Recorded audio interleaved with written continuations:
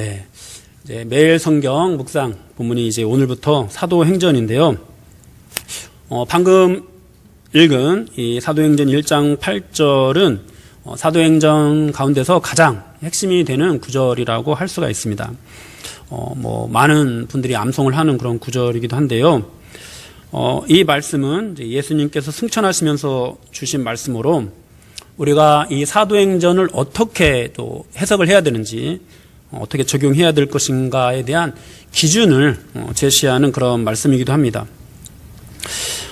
이 구절을 기준으로 해서 사도행전 전체의 내용을 짧게 요약을 한다면은 오직 성령이, 그러니까 사도행전에 나온 모든 내용들은 성령의 역사에 대한 이야기인 거죠. 그래서 이 사도행전을 성령행전이다 이렇게 말을 하기도 합니다. 너희에게라고 말씀을 하는데요.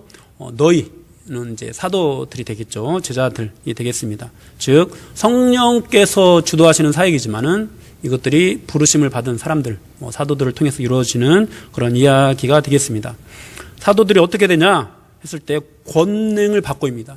그런데 이 권능을 받고 난 후에 이제 이들이 행하는 일들이 뭐냐, 귀신 쫓아내고 이런 권능이냐, 이것이 아니라 사도행전에서 주로 이제 그 권능에 대해서 말씀하는 그 부분은 내 증인이 되는 거죠. 복음을 증거하는 것과 관련이 있는 그런 권능이 되겠습니다.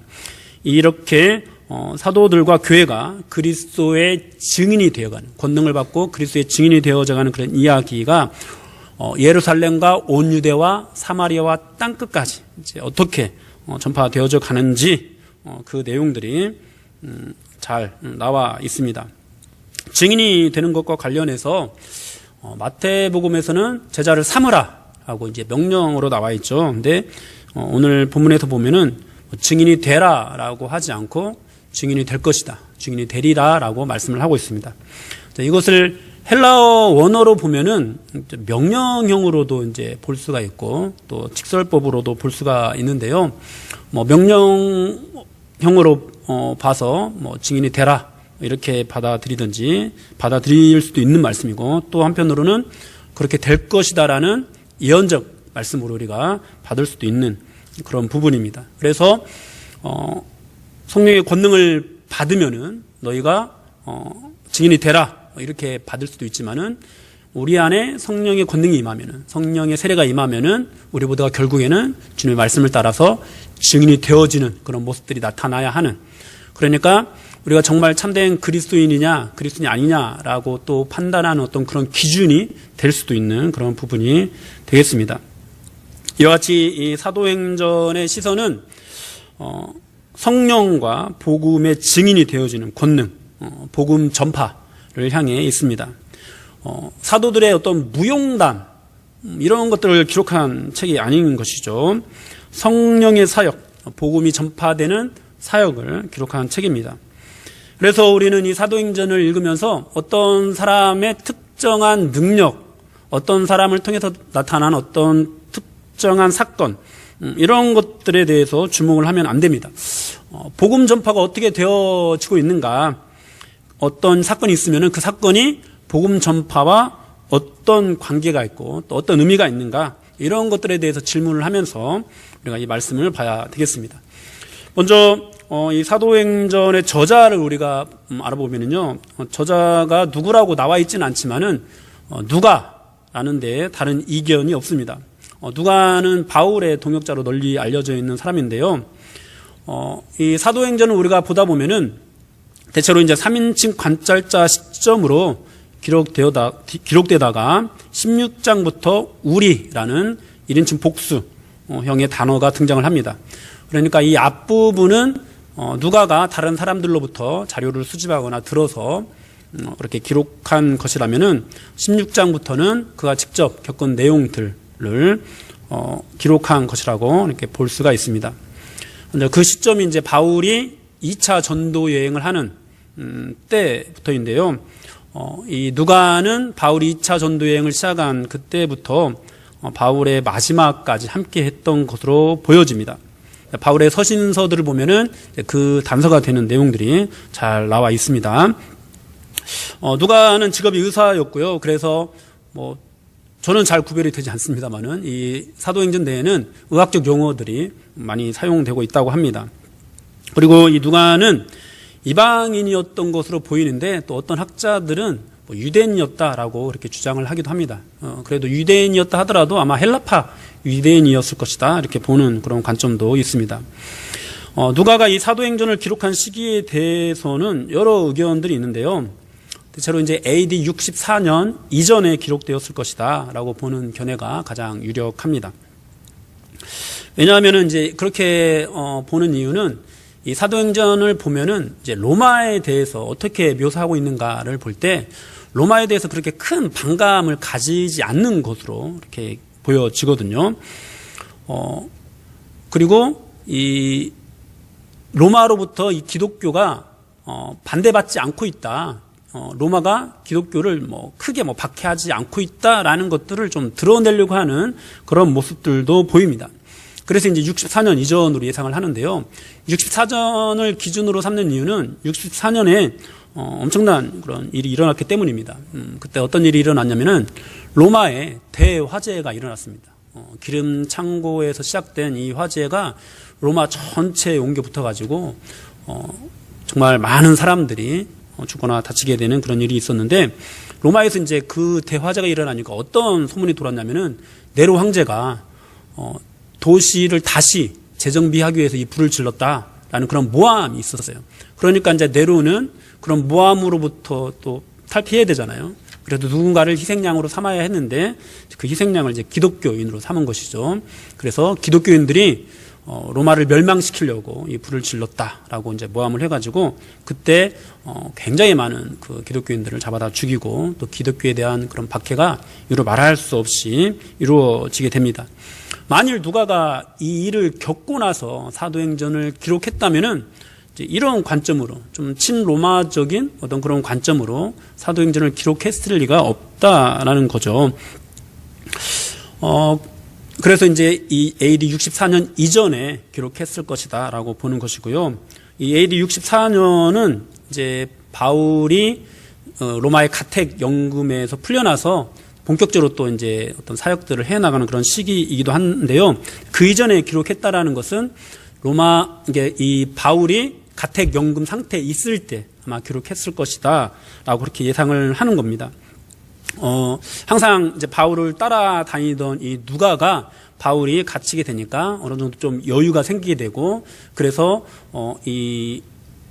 누가복음하고 이 사도행전을 기록해야겠다 이런 마음을 먹게 되고 그리고 그 자료들에 대한 어떤 수집들을 해 나가기가 좀 용이했을 것이다라고 보여지는 것이죠. 아마 누가는 이 글을 쓰기 위해서 여러 사람들을 만났을 것으로 보여집니다. 예루살렘을 방문해서 사도들을 만났을 수도 있고요. 또 예수님의 가족들을 만났을 수도 있고 또 예수님의 어머니인 마리아를 만났을 것이다. 이렇게 보기도 합니다.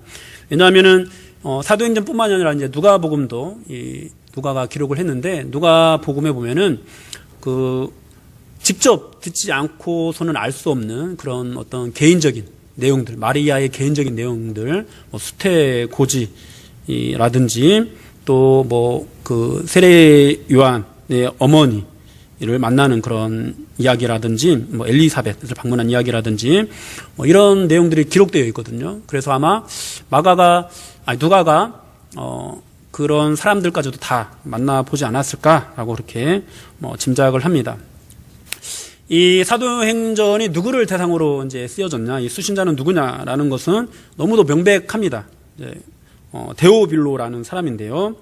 사도행전 1장 1절 첫머리에 이제 그것을 분명하게 이제 보여주고 있습니다.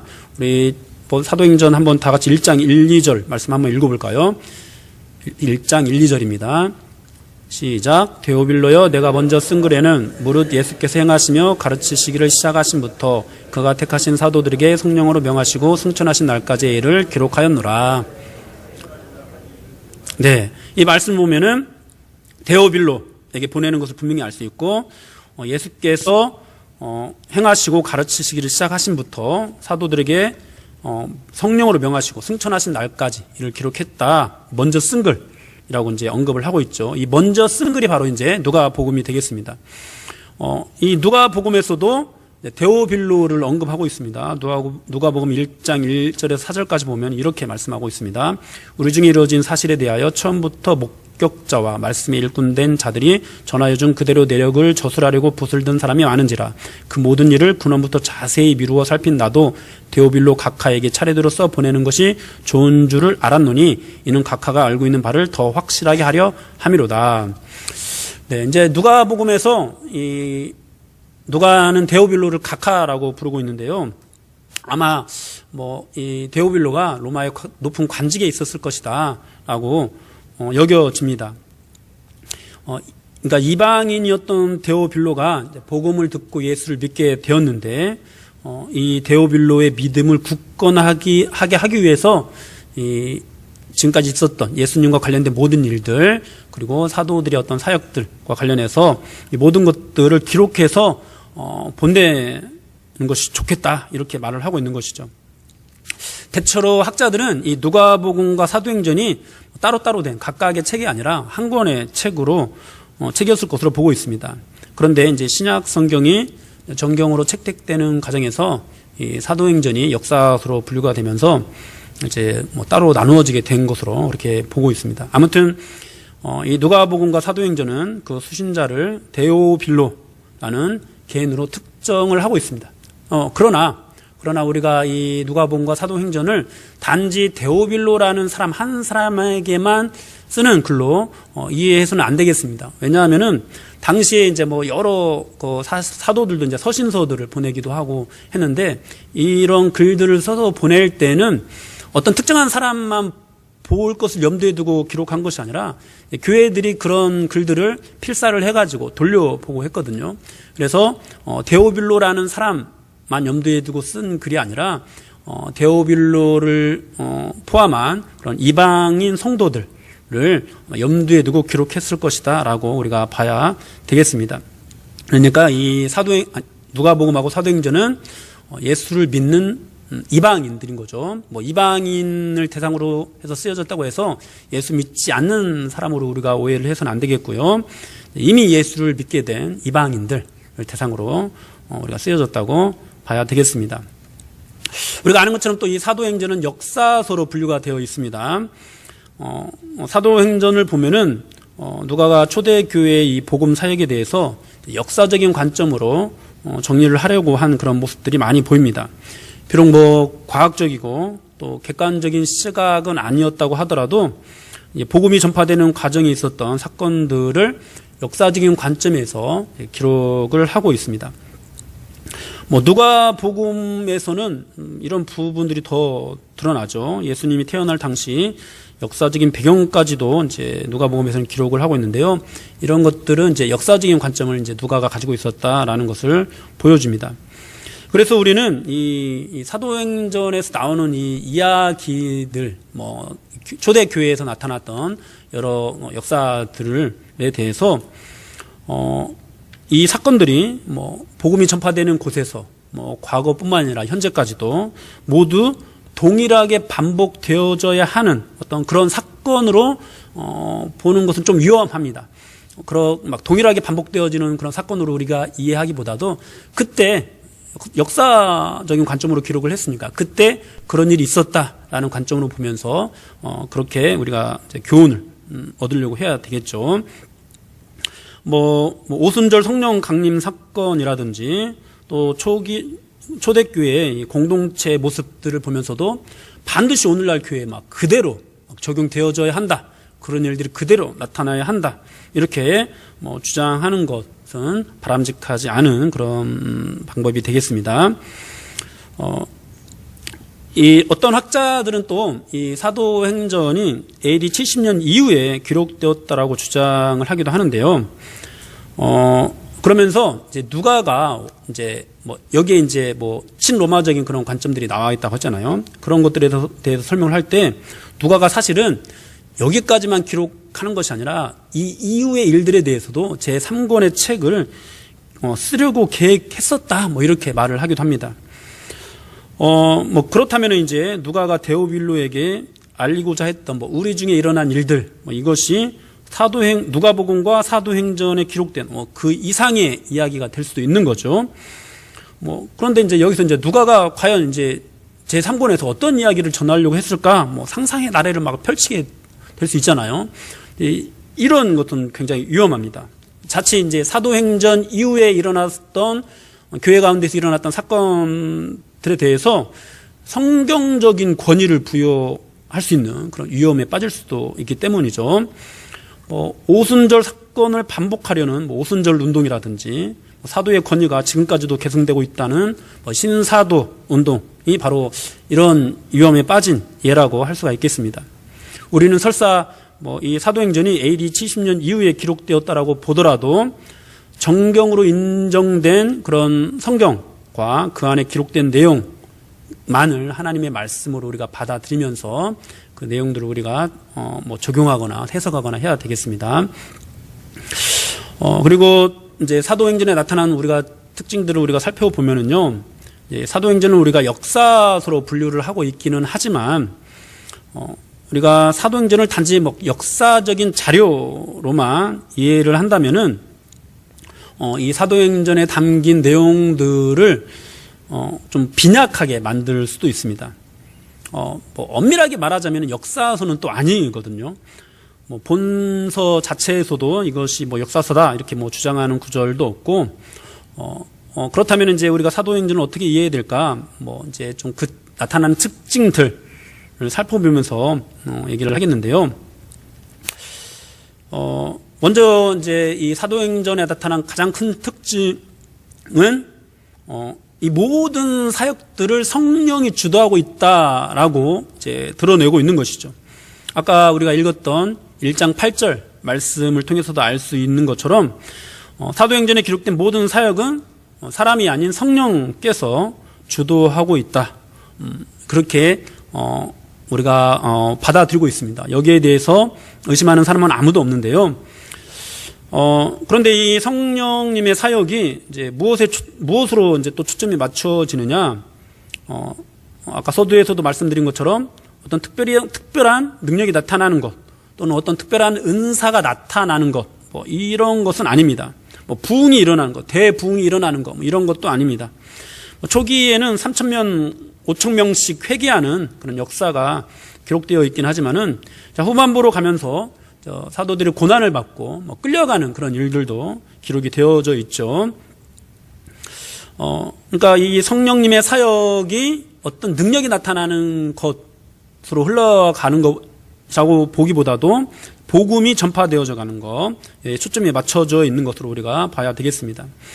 오순절 성령 강림의 사건도 보면은 이것은 이제 요엘서 2장의 예언 성취인데, 이것을 통해서 일어났던 일이 하나님의 큰 일, 즉 예수 그리스도의 구속과 관련된 하나님의 말씀이 각각 다른 언어로 사람들의 귀에 들려주게 된 것이었습니다. 그러니까 방언, 이거 개역 한글에서는 이것을 방언이라고 번역을 했는데요. 이것은 은사 방언을 가리킨다기보다도 다양한 언어로 표현되는 외국어라고 우리가 이해를 해야 되겠습니다. 그래서 개역 개정에서는 다른 언어라고 이제 이것을 다시 번역을 하고 있는데요. 이런 일들이 나타날 때 어떤 일이 이루어졌냐? 세계 각국에서 온 사람들이 하나님의 큰 일을 듣게 된 것, 이것이 핵심인 거죠. 그러니까 복음에 대해서 듣게 된 것, 이것이 핵심인 거죠. 성령의 역사가 이제 성령님이 이 복음 전파의 주체가 되고 있다라는 것을 드러내는 사건인 것입니다. 또 사도행전 4장 31절에서 무리가 다 성령이 충만하여 이런 말씀이 나오는데요. 성령 충만이라는 용어, 이 용어도 우리는 흔히 이 성령 충만이라는 이 용어를 사용할 때 개인의 어떤 영적인 상태나 능력을 표현할 때, 야, 너 되게 성령 충만하다. 야, 되게 성령 충만한 사람인가 봐. 이렇게 말을 하는데, 사도행전에서 누가는 성령 충만을 개인의 영적인 상태를 묘사할 때 사용하기보다도, 이제 하나님의 말씀이 전하여지는 것. 4장 31절 말씀에도 보면은 빌기를 다음에 모인 곳이 진동하더니 우리가 다 성령이 충만하여 담대히 하나님의 말씀을 전하니라. 이렇게 말씀을 하고 있거든요. 그러니까 하나님의 말씀을 전하는 것에 초점이 맞춰져 있는 것이죠. 뭐 일곱 집사를 세우면서 뭐 성령과 지혜가 충만하다, 믿음과 성령이 충만한 사람이다 이런 말을 하기도 하는데, 여기에서도 단지 뭐 이 집사들의 능력이 출중했다 이렇게 표현되어지기보다도, 우리가 그렇게 이해하기보다도 성령 충만과 관련해서 이제 복음 전파의 사역이 어떻게 이루어지는가 이런 부분들에 대해서 살피면서 우리가 이 성령 충만이라는 용어를 이해를 해야 될 것 같습니다.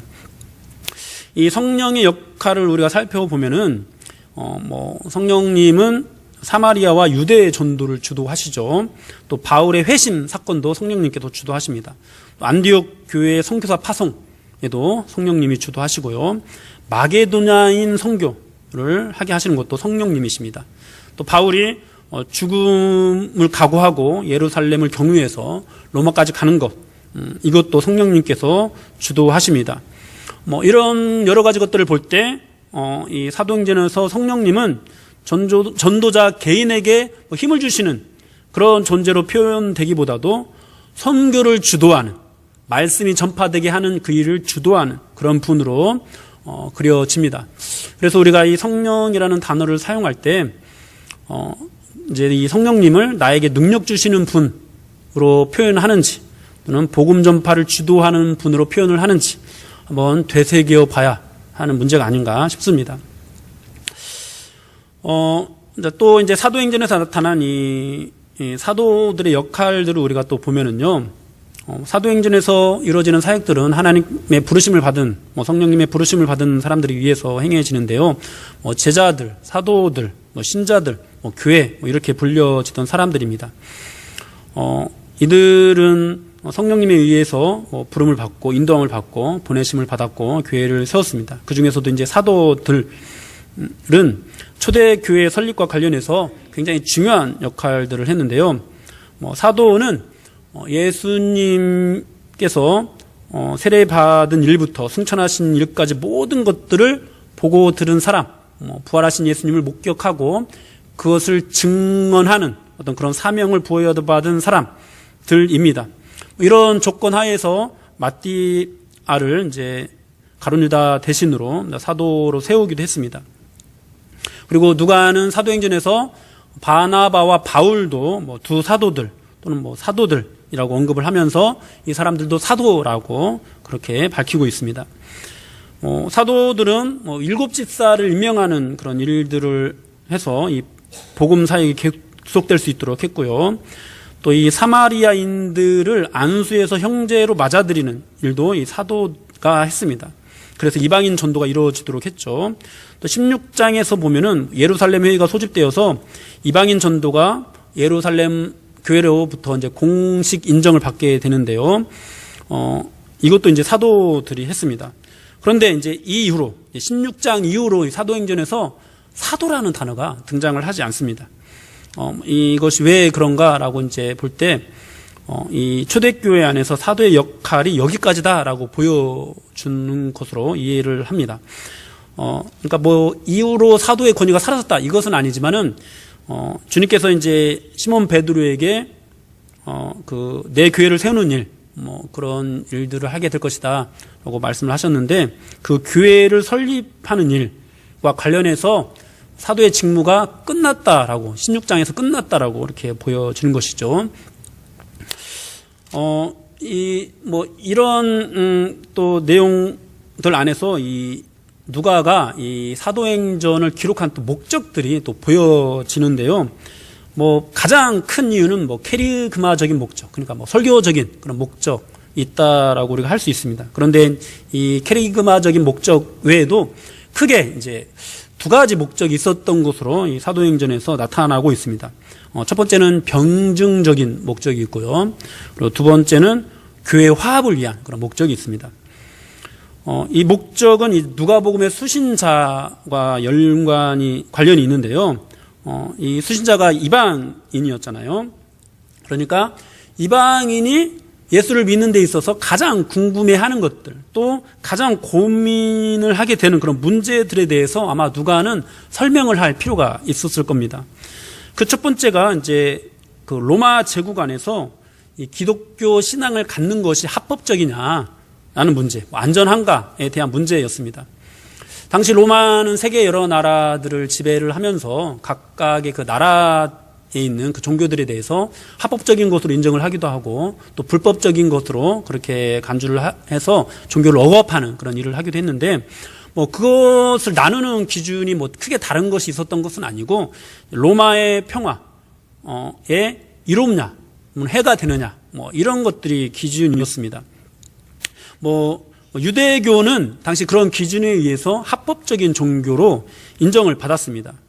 뭐 유대교는 유일신 그런 사상을 가지고 있어서 다른 종교하고 통합하는 것 자체가 어려웠을 뿐만 아니라 이것을 하지 못하도록 억압을 하게 되면 오히려 이제 유대인들의 반발을 사서 우리가 정복한 이 유대를 지배하는데 그 평화를 유지하는데 방해가 되니까 유대교를 이제 합법적인 종교로 인정을 한 것이죠. 또 특별히 뭐 유대교 자체가 막 로마에 반역하는 일부 뭐 독립운동을 주도하는 세력들이 있기도 했습니다만은 크게 뭐 로마에 대해서 반역하는 그런 모습도 없었기 때문에 합법적인 종교로 인정을 했습니다. 그런데 기독교는 좀 달랐습니다. 비록 뭐 유대교에서 파생된 것으로 이제 여겨지는 그런 종교였지만은 이것이 이제 기독교가 태동하는 그런 가운데 뭐 예수님께서 로마 군사들에 의해서 처형을 당한 어떤 그런 문제들도 있었고 또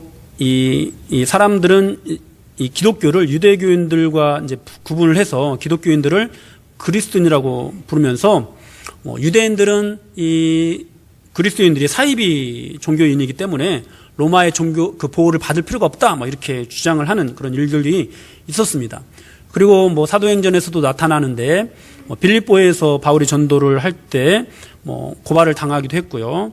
또 데살로니가에서도 또 고린도에서도 고발을 당하는 일들이 있었습니다.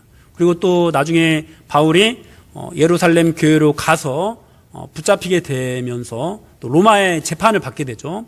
뭐 이런 여러 가지 일들이 있다 보니까 뭐 이방인들이 볼 때 저거 안전한가? 저거 뭐 기독교 우리가 받아들여도 되는 거야? 로마가 이 기독교를 반대하고 있는 거 아니야? 뭐 이런 뭐 그런 고민들을 뭐 하게 되는 그런 상황이 있었다는 거죠. 그래서 이제 이런 이방인 성도들을 고려해서 누가는 로마 관리들이 기독교를 불법적인 종교로 판결하지 않으려고 했다라는 것을 알리려고 노력을 합니다. 그래서 누가복음에서도 보면은 예수님에 대해서 사형 선고가 제대로 된 판결이 아니었다, 오심이었다라는 것을 드러내려고 하고요. 또 빌라도가 3번이나 예수님의 무죄를 인정했다라는 사실을 기록하고 있습니다. 또 사도행전에서도 바울이 뭐 고발을 여러 번 당하긴 했지만은 그 고발당한 사건에 대해서 많은 유대인들과 로마 관리들이 바울에게 죄가 없다라는 것을 인정하는 내용들을 기록합니다. 13장을 보면은 바보에 이르렀던 바울이 구브로의 총독 서기오 바울에게 복음을 전하고 그가 이제 관리였는데도 불구하고 예수를 믿게 되는 그런 과정들도 기록을 하고요. 또 빌립보에서는 로마 관원들이 바울과 실라를 불법적으로 붙잡아서 가두고 때린 것에 대해서 사과를 하는 그런 내용들도 기록을 하고 있습니다.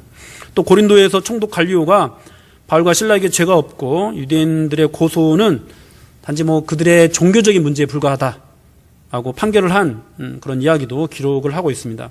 또 예루살렘에서도 총독 벨릭스가 바울에 대해서 무죄 판결을 내리고 또 아그리빠 왕이 베스도에게 이 사람이 만일 가이사에게 상소하지 아니하였다면 석방될 수 있을 뻔하였다, 뭐 이런 말들을 기록하기도 합니다. 이런 기록들을 통해서 기독교가 로마에게 뭐 반대받고 있지 않다, 그러니까 기독교를 믿어도 된다, 안전하다, 이런 것들을 전하고 싶은 거죠. 그리고 두 번째 이 목적은 교회 화합을 위한 그런 것인데요. 바울의 서신서들 안에서도 이제 드러나는 문제인데 초대 교회는 많은 파벌들이 있었고 특히 이방인 선교에 대해서 부정적인 생각을 가지고 있는 사람들이 많이 있었습니다.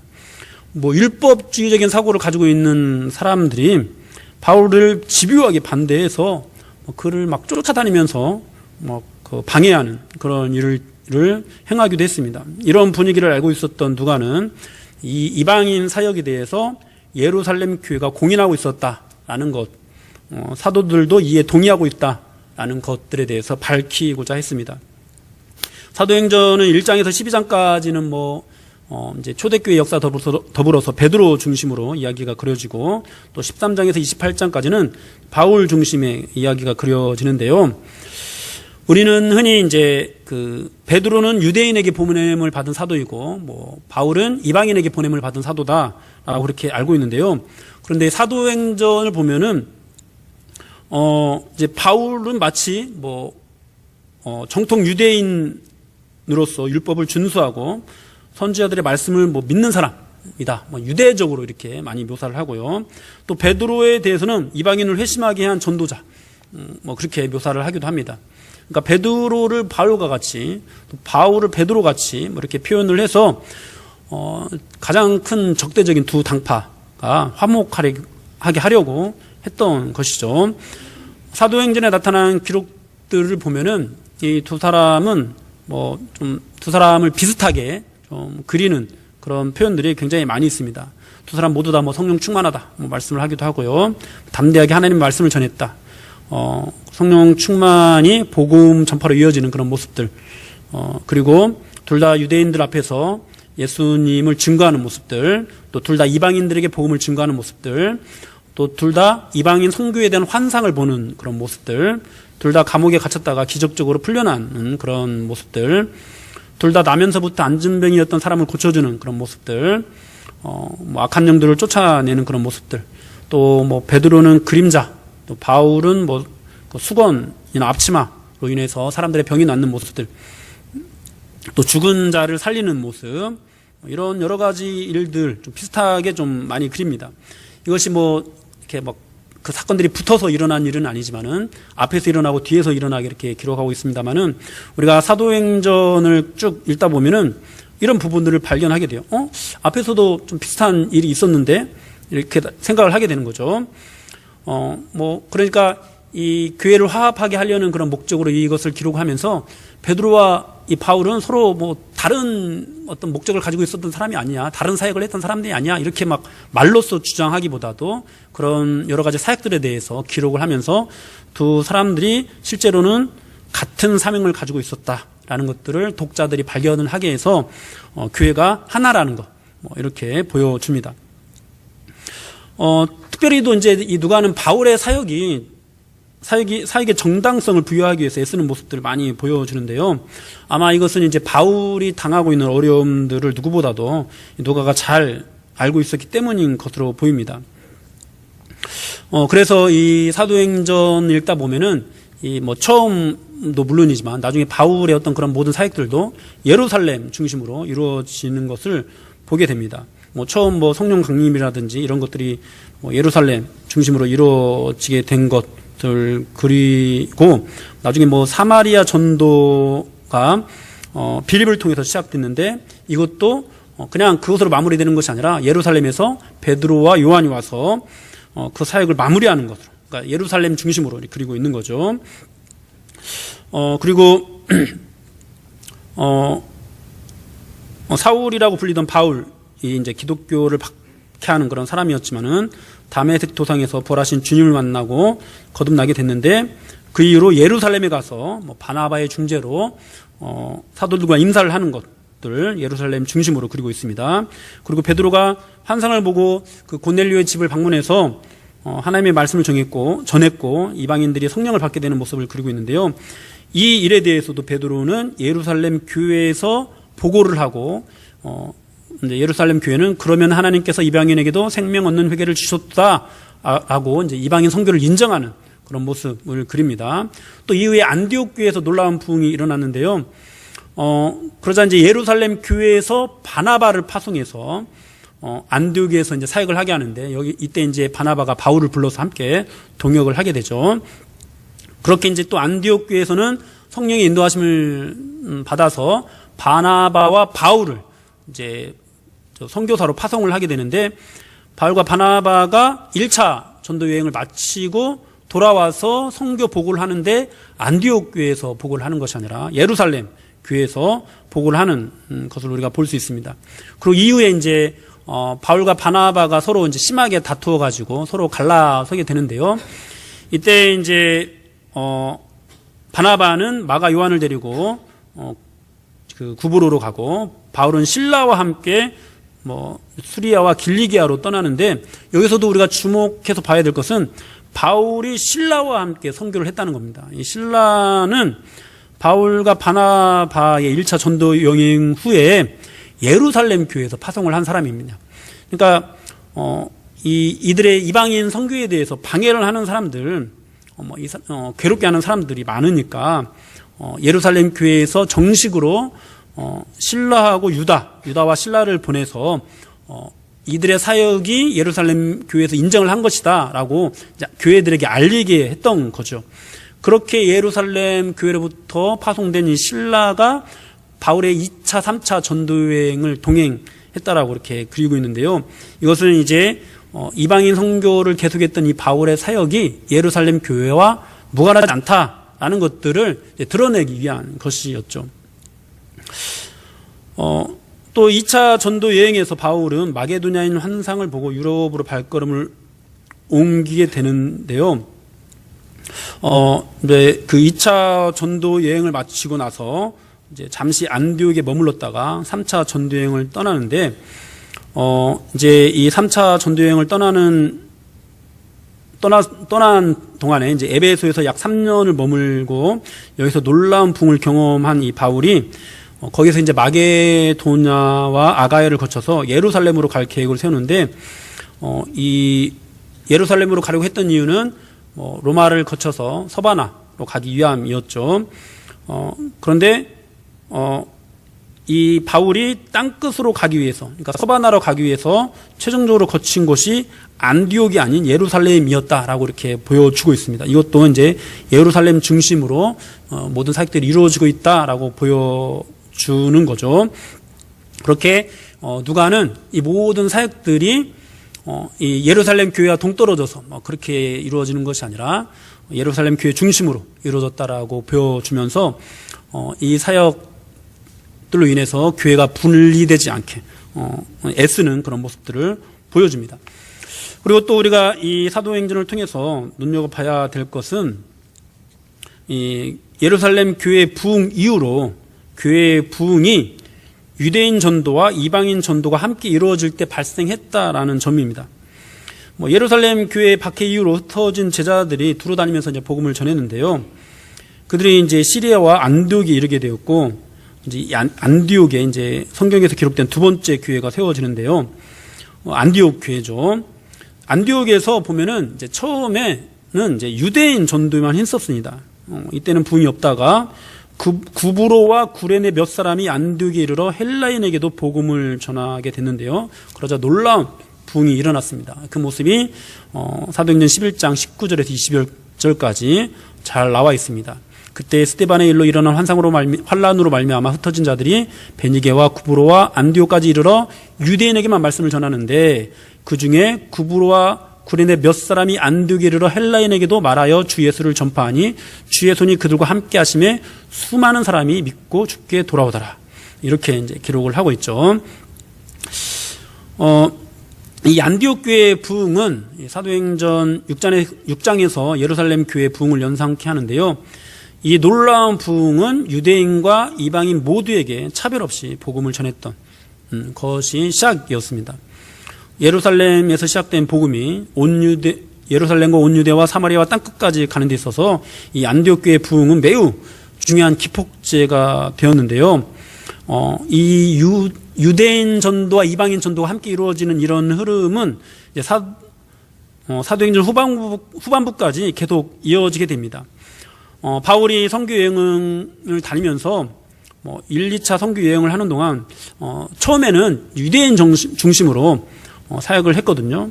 그런데 이 기간에 세워진 교회들을 보면은 그렇게 크게 눈에 띄게 성장하는 모습들을 보이지 않습니다. 그러다가 고린도 교회하고 에베소 교회에서 꽤 오랜 기간을 머물면서 사역을 하고 여기서 부흥을 경험을 하는데, 이 기간의 공통점도 바로 유대인에게 복음을 전하다가 실패한 후 도시를 떠난 것이 아니라 이방인에게 복음을 전했다는 것입니다. 사도행전 18장 5절 6절 보면은 신라와 디모데가 마게도냐로부터 내려오매 바울이 하나님의 말씀에 붙잡혀 유대인들에게 예수는 그리스도라 밝히 증언하니 그들이 대적하여 비방하거늘 바울이 옷을 털면서 이르되 너희 피가 너희 머리로 돌아갈 것이요 나는 깨끗하니라. 이후에는 이방인에게로 가리라 하고 이렇게 말씀을 하는데, 그러니까 처음에는 유대인에게 복음을 전했는데 그들이 바울을 대적했다라는 거죠. 그 이후에 이제 이방인에게 복음을 전하기 시작하는데 놀라운 열매를 맺게 됩니다. 18장 9절 10절을 보면 이렇게 말씀합니다. 밤에 주께서 환상 가운데 바울에게 말씀하시되 두려워하지 말며 침묵하지 말고 말하라. 내가 너와 함께 있으며 어떤 사람도 너를 대적하여 해롭게 할 자가 없을 것이니 이는 이 성 중에 내 백성이 많음이라 하시더라. 그러니까 이방인에게 복음을 증거하기 시작하니까 이런 약속이 주어지게 되고 놀라운 부흥이 일어나게 됩니다. 또 에베소 교회에서도 처음에 회당에서 석 달 동안 복음을 전하는데 사람들이 마음이 굳어서 순종하지 않고 도리어 비방했다라고 또 그렇게 기록되어져 있습니다. 그러자 바울은 그들을 떠나서 두란노 서원에서 말씀을 강론하는데 이곳에서 유대인이나 헬라인이나 다 주의 말씀을 듣더라, 이렇게 기록을 하고 있습니다. 놀라운 부흥이 일어나게 되는 거죠. 이렇게 이제 이방인에도 복음을 전하는 것이 로마에서도 이어지게 되는데요. 바울은 로마에서 가택연금 형식으로 오래 머물게 되었는데, 처음에는 유대인 중 높은 사람을 청해서 복음을 전했습니다. 그런데 그들이 이제 복음을 잘 받아들이지 않자, 이제 이방인들에게 찾아오는 사람 모두에게, 이제 복음을 전하게 되죠. 거기서 이제 바울이 이런 말을 합니다. 그런즉 하나님의 이 구원이 이방인에게로 보내어준 줄 알라. 그들은 그것을 들으리라. 이렇게 이제 말을 하게 되죠. 저는 오늘날 교회가 이런 점들을 눈여겨봐야 한다고 생각을 합니다. 과거 이제 8, 90년대 한국 교회는 특별히 전도를 하지 않아도 이제 믿지 않는 사람들, 즉 이방인들이 교회를 많이 찾아왔습니다. 그러니까 교회가 큰 노력을 하지 않아도 이방인 사역이 저절로 이루어졌다고 할까요? 이제 이런 분위기 속에서 선교 지향적인 교회가 귀하게 쓰임을 받았습니다. 대표적인 교회로 전주에 있는 안디옥 교회일 수 있습니다. 현재 와서도 깨어있는 교회는 선교를 지향하는데요. 그런데 이제 문제는 교회 자체에서 이방인 사역이 이전과 같이 활발하게 이루어지지 않고 있다는 점이죠. 이전에는 전도를 전혀 안 한 것은 아니지만은 그래도 조그마한 노력을 해도 이런 이방인 사역이 활발하게 이루어졌다면은 오늘날 교회는 그렇지 못한 것이 현실입니다. 과거보다 더 갑절 노력해도 겨우 몇 명 전도할 수 있을 뿐이죠. 그리고 이런 이방인 사역에 대해서 이제 한국 교회가 해외 선교에 대해서는 굉장히 많이 눈을 뜨게 됐는데 그에 반해서 교회가 이 한국 내에 있는 이방인 사역에 대해서는 크게 관심을 기울이지 않는 노력은 하지만은 이전과 똑같은 정도의 노력에만 머물러 있는 그런 모습을 보게 됩니다. 저는 개인적으로 이 한국 교회가 앞으로도 선교를 하는 나라로 쓰임을 받기 위해서는 선교를 하는 교회로 쓰임을 받기 위해서는 우리 교회가 이전과 같은 그런 어떤 노력 정도로 이 한국에 있는 이방인 사역, 믿지 않는 사람들에 대한 사역들을 해서는 안 되지 않나 이렇게 생각을 합니다. 지나치게 숫자에 치중하는 어떤 전도 프로그램 이런 것들보다도 당장의 효과는 거두지 못하더라도 씨를 뿌리는 사역들을 우리가 감당해야 되지 않을까. 또 태신자들이 처음 교회에 나왔을 때 그들이 교회에 대해서 호감을 가질 수 있는 어떤 그런 시설들을 마련해야 되지 않을까, 이런 생각을 합니다. 우리 교회 이제 이 교회 앞마당에 중학생들이 많이 놀러 오는데, 그들을 먹이는, 이런 섬기는 그런 사역이 씨 뿌리는 사역에 좋은 예가 아닐까, 생각을 하고요. 또, 전주대에서 채플을 진행하면서, 믿지 않는 사람들도 다 모아놓고 이제 그들을 섬기는, 교회에서 나가서 그들을 섬기미들이 그들을 섬기는 그런 사역들을 하는데, 그것도 좋은 예가 아닌가 싶습니다.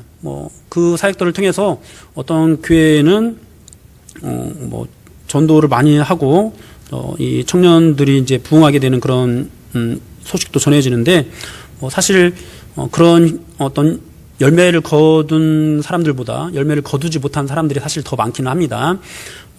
이제 이런 뿌리는 사역들을 할 때 성김이들 이용해 먹는 그런 학생들도 많다고 해요.